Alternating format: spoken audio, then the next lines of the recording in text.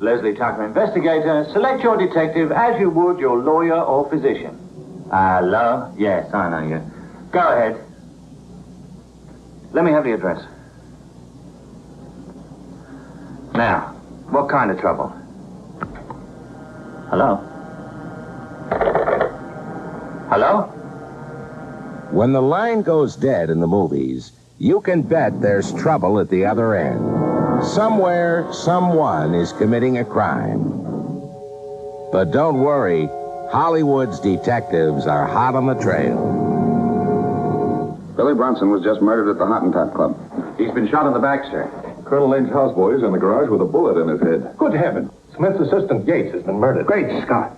Hey, who do you think did it? I don't know. I'm very open-minded about these things. Maybe the judge did it. You never can tell. Oh, references? Oh, sure. I'll be glad to give you some references. Let's see. You can call, When Hollywood is in need of a detective hero, these actors have the best references in town. Stars like Lloyd Nolan as Michael Shane.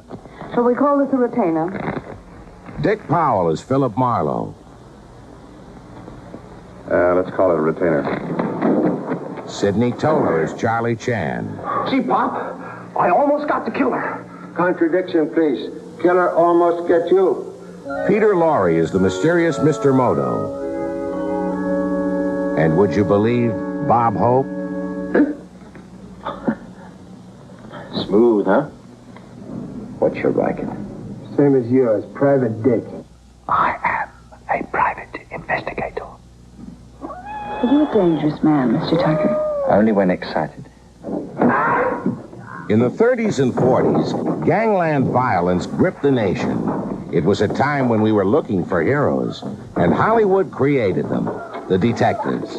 In the next half hour, we'll discover that it's not so much what they do as how they do it that makes these movie detectives our heroes. Don't give me away. I'm on a hot trail. You must be. Something's burning. Hiya, Sue. We're detectives.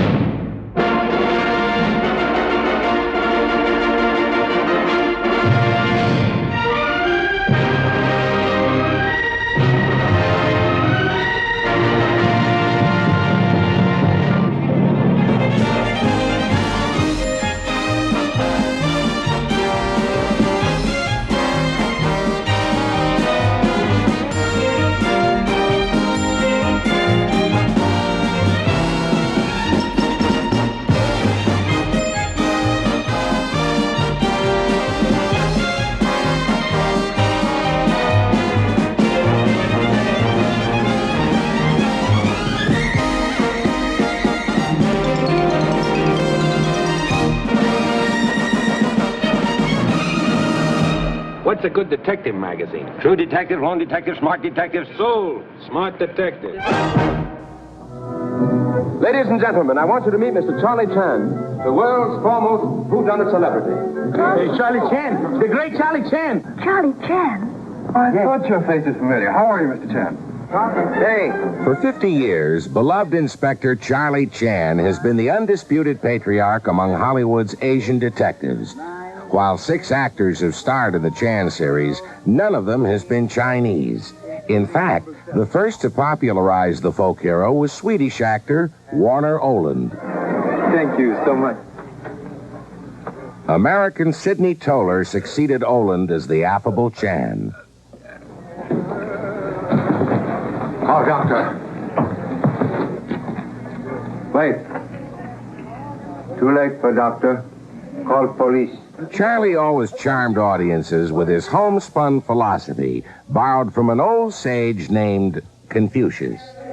Well, tell me, Charlie, how did you ever happen to hit on the clue? It was so small, so obscure. Small things sometimes tell large stories. Bad alibi like dead fish. Cannot stand test of time. Faces may alter, but fingerprint never lie. Coincidence like ancient egg leave unpleasant odor. Finger of death fit glove perfectly. But Charlie's best remembered for pointing the finger at the guilty party and uttering these 3 words. Here is killer. You are murderers. You are murderer. of Bill Bronson and Thomas Mitchell? You're crazy. You are indeed clever men, but not smart enough to avoid ancient traps set tonight. Inspector Nelson and humble self plant bogus diary page on Mr. Murdoch. And you were the only one who swallowed the bait. You'll never convict me on that. Contradiction, please. To know forgery, one must have original. Well, come on. Why don't you deny it? All right. I did it. I killed them both. I was sitting pretty until you got too smart for me, Mr. Chan.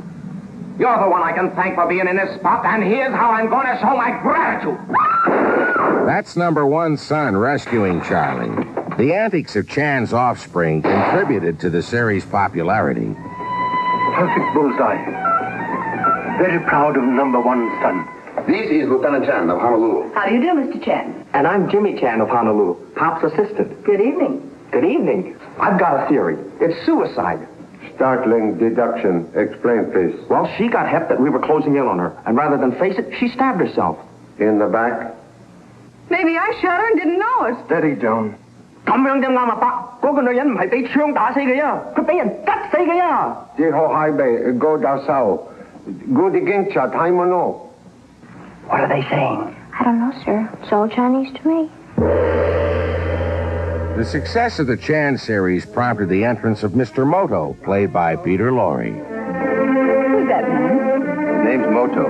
Adventurer, explorer, soldier of fortune. One of the Orient's mysteries. Nobody knows very much about him, except that whenever he shows up, something usually happens.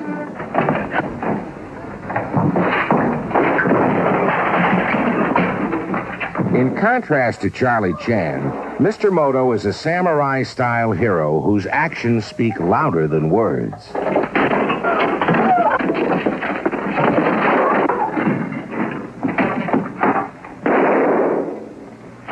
If you really wish to be a successful detective, there's one golden rule which you must follow. Oh, is there really?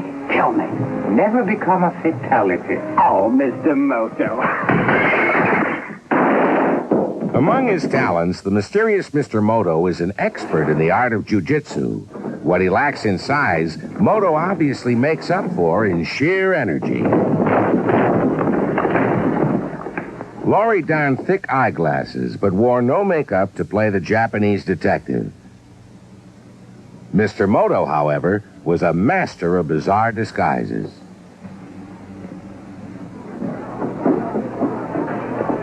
Mr. Moto. Yes? This scene from Mr. Moto's Gamble was actually written for Charlie Chan.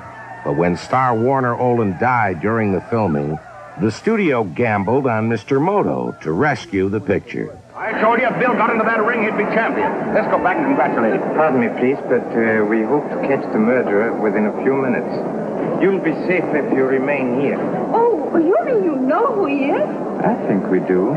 Linda, darling, if the criminal is loose in this crowd, the safest place for you is upstairs in my office. Now, look, Mr. Benton, I don't want to see you and your daughter get hurt. Stay right here. You can't endanger her life like this. You've got to let me take her upstairs. Come along, Linda. Wait. I insist that you remain.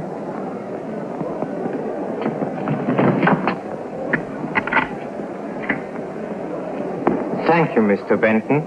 Your own actions have proved that you are the murderer. And you almost committed murder trying to prove it. Permit me to correct you. I removed the bullets early this evening. Moto, you're a genius. A very uncomfortable status. Get back. What was that? That, my dear, was an unsuccessful attempt on the life of Michael Shane. I've handled a lot of screwy scrapes for you, but not this one. No thanks. When Detective Michael Shane is on a case, he'll do anything for a pretty girl or a fast buck. Now, do you believe in ghosts, Mr. Shane? For $200, I would believe in anything. Thank you. Have a cigarette, Mr. Bones? Don't care if I do. Oh, I saw your lips move. Sorry. Hey, who is that guy at the corner table there? You see? Guy with the blonde? I don't know. I've never seen him before. How on earth did you get all those facts about Zorbe and Anna and Dr. Haggard? Mrs. Blake, a good detective never reveals the source of his information.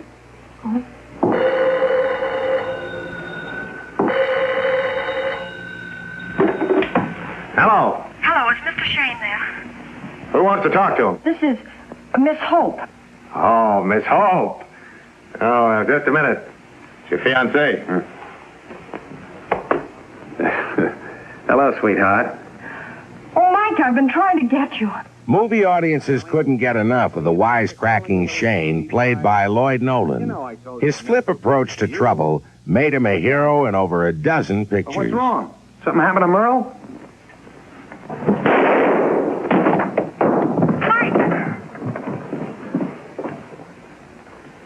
Mike! Hello.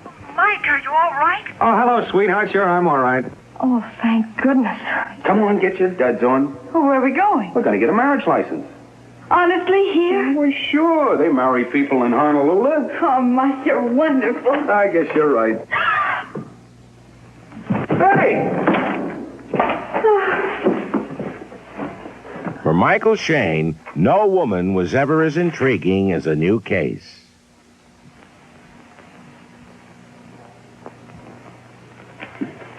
Mike, where are you going? I'm going to Manila, honey. I'll see you later. Manila? Yeah, looks like a swell case.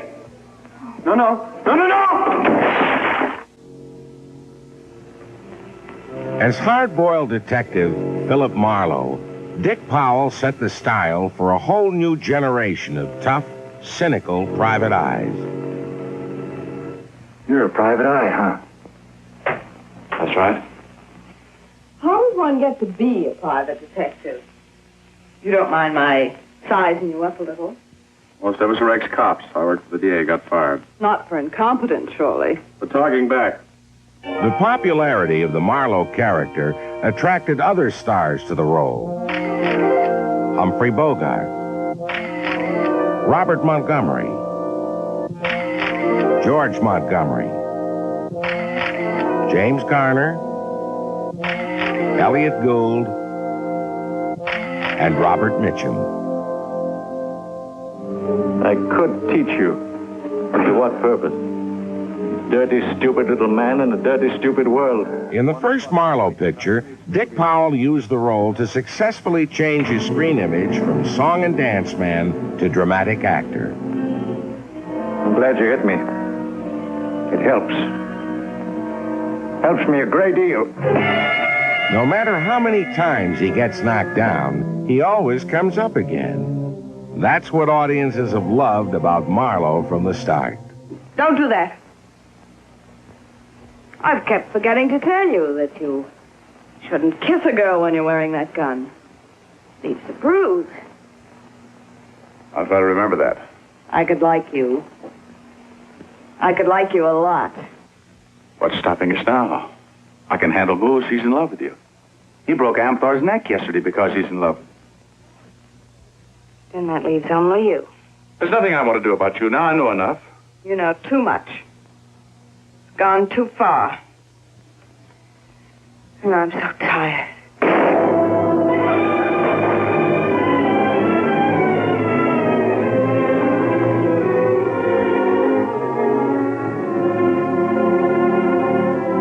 In a moment, a spinster, a saint, and a screwball comedian join our lineup of detective heroes.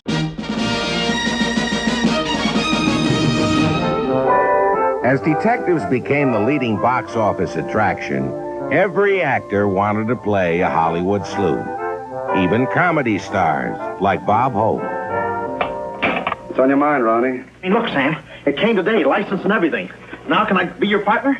I told you before, stick to watching the birdie and you'll die of old age. Oh, yeah, but I was cut out for this kind of life. All my life I wanted to be a hard-boiled detective like Humphrey Bogart or Dick Powell or even Alan Ladd. You know, have those beautiful women coming into the office and those warm fires on those rainy nights. That's the kind of life I want. How about it, Sam?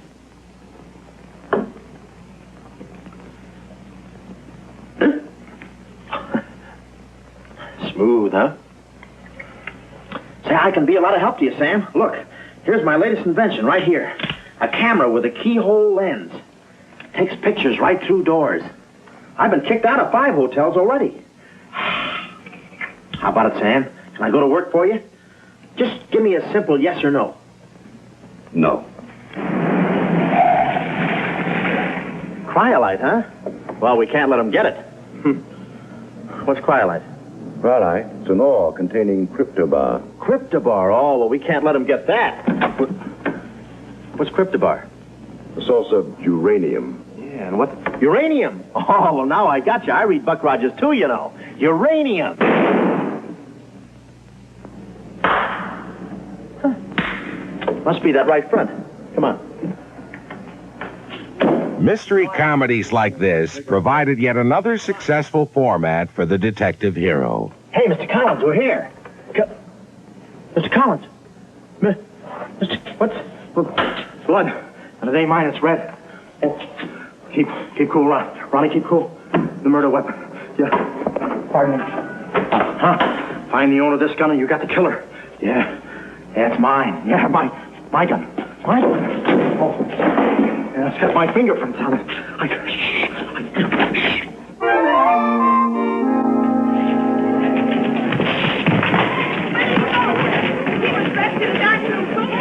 Yeah, children, you see? Never try to evade the law with an umbrella between your legs. Honesty, young man, is the best policy. Another character to mix mystery with comedy is schoolteacher turned amateur sleuth Hildegard Withers. Edna Mae Oliver popularized this series with her ally on the force, James Gleason. You really believe they're guilty? Certainly. What's the use in kidding ourselves any longer? And you're willing to send them to the chair on the evidence you have? Loving couples are not always reunited in the last chapter, Miss Withers. You've taught too much Sir Walter Scott. Yeah, well, if I've talked too much Sir Walter Scott, you've read too many detective stories. All you're after is a conviction. Anybody's conviction. I never saw such a man. How many men have you seen? Plenty of them. That is, Well, maybe if you'd seen more men, Hildegard Withers. I've seen men enough today, Oscar Piper, to know that if this murder is to be solved, a woman's got to do it. Boy. And she can cook, too. Oh, excuse me. Have a cigarette. Thank you. Hey. Come, Oscar. Don't sit there with your face hanging out. Give me a match. I know, but since when... I found these cigarettes. I found them in the queerest place. In the fish fountain downstairs, as though someone had thrown them away. Oh.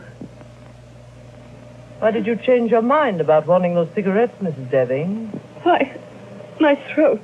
I'll tell you why. Because you know those cigarettes are poisoned.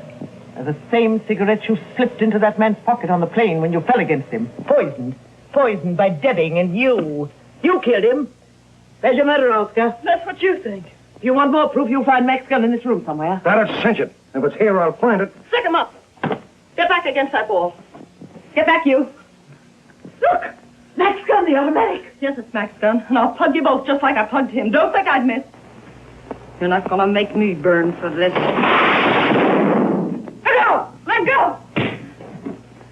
Hildegard, are you hurt? Help. Certainly not. Come anywhere near me. She didn't, huh? Oh, Oscar. She didn't come anywhere with me. Oh. Saint. Oh, this here's a pal of mine, Leo. I'm Simon Templar. Templar? The Saint? The Saint? The Saint? Can't be. Have you ever heard of this Saint, Mr. Templar? I'm afraid I haven't attended Sunday school for many years. Working both sides of the law is Hollywood's most glamorous detective, the Saint, played by George Sanders. Look here, Templar, didn't you take that 80 grand out of Eastman's house? Oh, now, Henry, do you think I'd do a thing like that? Yes. So do I. I just wish I knew your angle, Saint. Whose side are you on? I'm on my own side. Where does that put me? That depends. If you were cleverer than you look, you'd be on my side. I was thinking of that fellow that they call the Saint. The one that the newspapers refer to as a sort of modern Robin Hood. Oh, yes. It sounds like something you read about in a magazine. I don't believe much of it anyway. But it is sort of an idea to daydream about.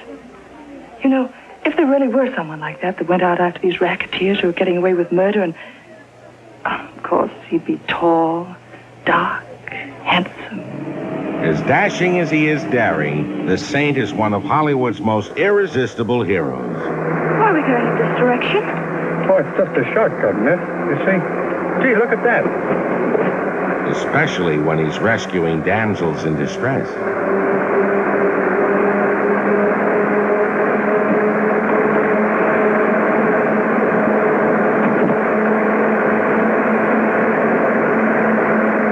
Debonair, zany, eccentric, or tough, it's personality that draws movie audiences back for more of their favorite private eyes.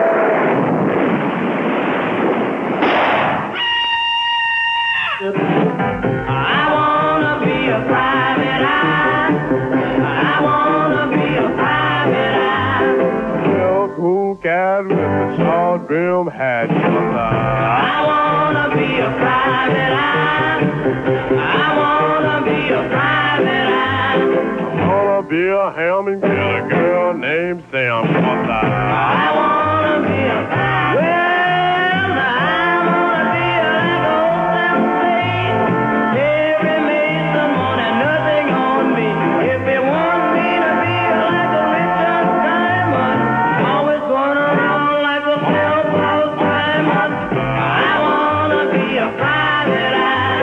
Whatever their attitude, suave like the Saint, hard-boiled like Marlowe, or philosophical like Charlie Chan, style will always be the key to success for Hollywood's detective heroes. So you've been playing detective? Yeah, and I'm through playing, sister. The last 24 hours, I've been knocked out, shot at, beaten up, knocked out again, and put through the ringer. And that's Hollywood.